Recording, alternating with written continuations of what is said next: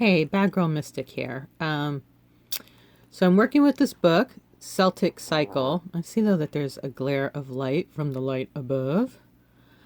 Anyway, this is a workbook. And the reason I wanted this workbook is this is a workbook that ties together the chakras with the Celtic cycles, which are the main cycles of observation with the witchcraft wheel of the year that I'm following here in the Magical Planner, the Coloring Book of Shadows by Amy Cesare. She's amazing. Love her stuff. And this is a picture of Spirit Earth I want to share with you. Isn't she beautiful? I love this. I love this blocked black and white and gray. Gives me the itch to get back to doing some original art as well as addition to coloring. So February is root chakra and bulk is root chakra, sowing the seeds. So before I share with you where I'm going with the coloring, I want to share with you from the book. Okay, that's not showing up very well. So let's just look at her pretty face while I read this. Beginning on February 1st and ending on March 21st, the first cycle is a period of time when the earth is dormant and some animals are hibernating. Like the earth and the hibernating animals, the soul also seeks peace and quiet during this cycle to prepare itself for new growth. This chapter shows how to sow the seeds of potential growth that lies ahead. And one of the great ways to sow seeds is, I've talked about keeping a shadow journal that you write in once a day or once a week or once a month, whatever you can schedule in. I've talked about a 15-minute creative practice. If you have problems integrating a new habit, I suggest getting a planner. You can, wreck this journal, coloring book of shadows, bullet journals, whatever works for you. But this is where we take that commitment to our inner work to another level when we prioritize it and we schedule it in. This is building our foundation. This is also root chakra work as well as third chakra work for empowerment. Now, what she says here about first chakra, let's leave her again. Mirroring the candles of Candlemas, the first chakra is a cone of light that flows from the base of the spine. So the base is that bone right between your butt cheeks. It's called the coccyx. And down through the feet and legs to the ground and support as we walk on Mother Earth. So it is believed in Eastern medicine that the first meridian that is laid down is the meridian that forms the spinal cord, and it appears first as a ray of light.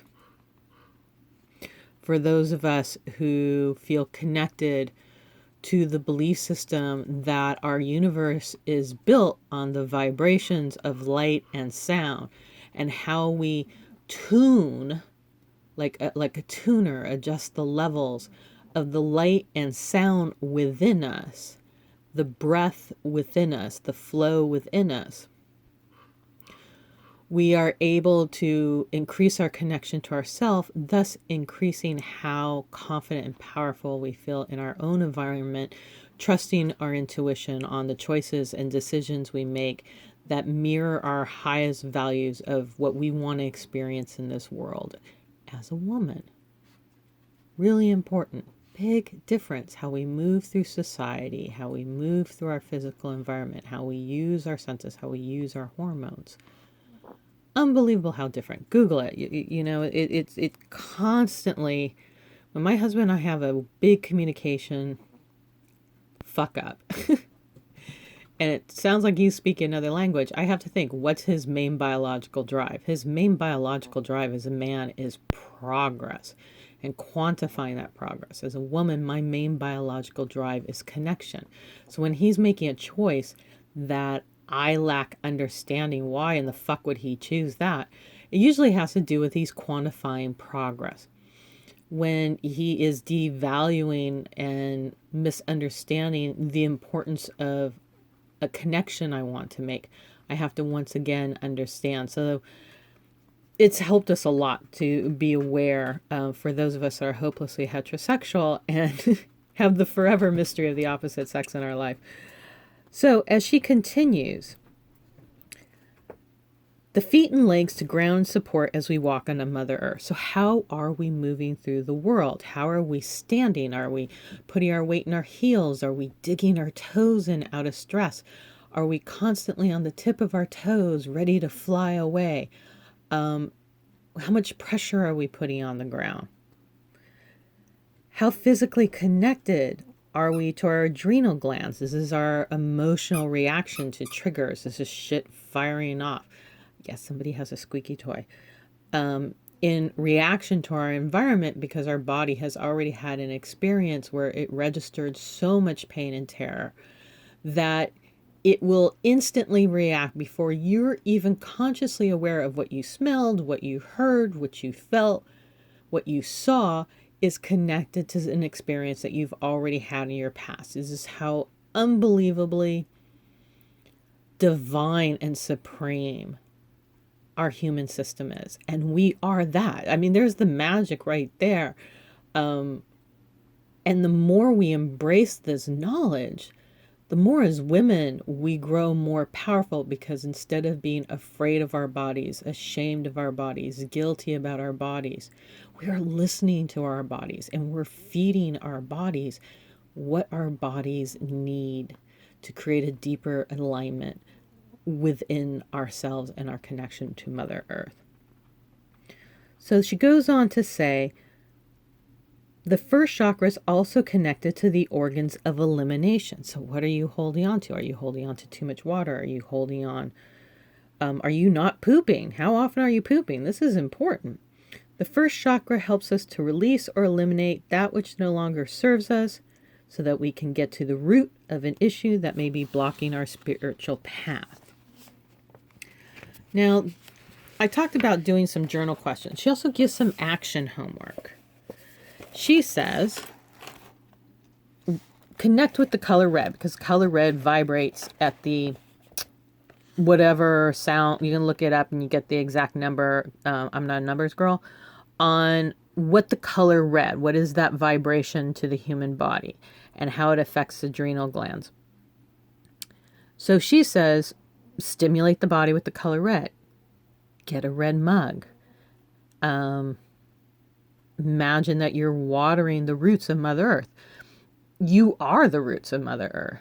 So take that in, fire it up, take it to fucking 11. Like, really connect with it and go. If you want to be girly as fuck. If you want to be whatever your jam is, but use that range of emotion and movement and tone and softness that your female palette of color offers you.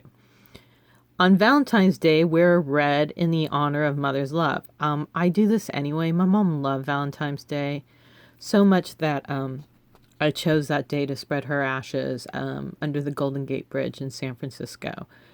And so Valentine's Day is a day I honor my ancestors and honor her. So my husband's not big on Valentine's Day. And so we have found our own rituals and ways of recognizing and just giving a little something extra to appreciating the love we share.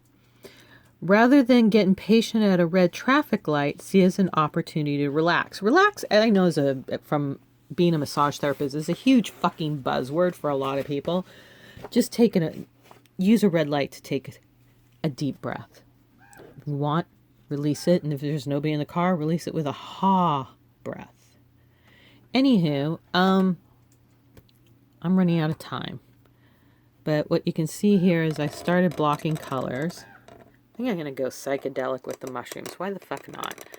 And this is my WIP. I'm late on this, but it's all good. I'm in my rhythm. Peace out.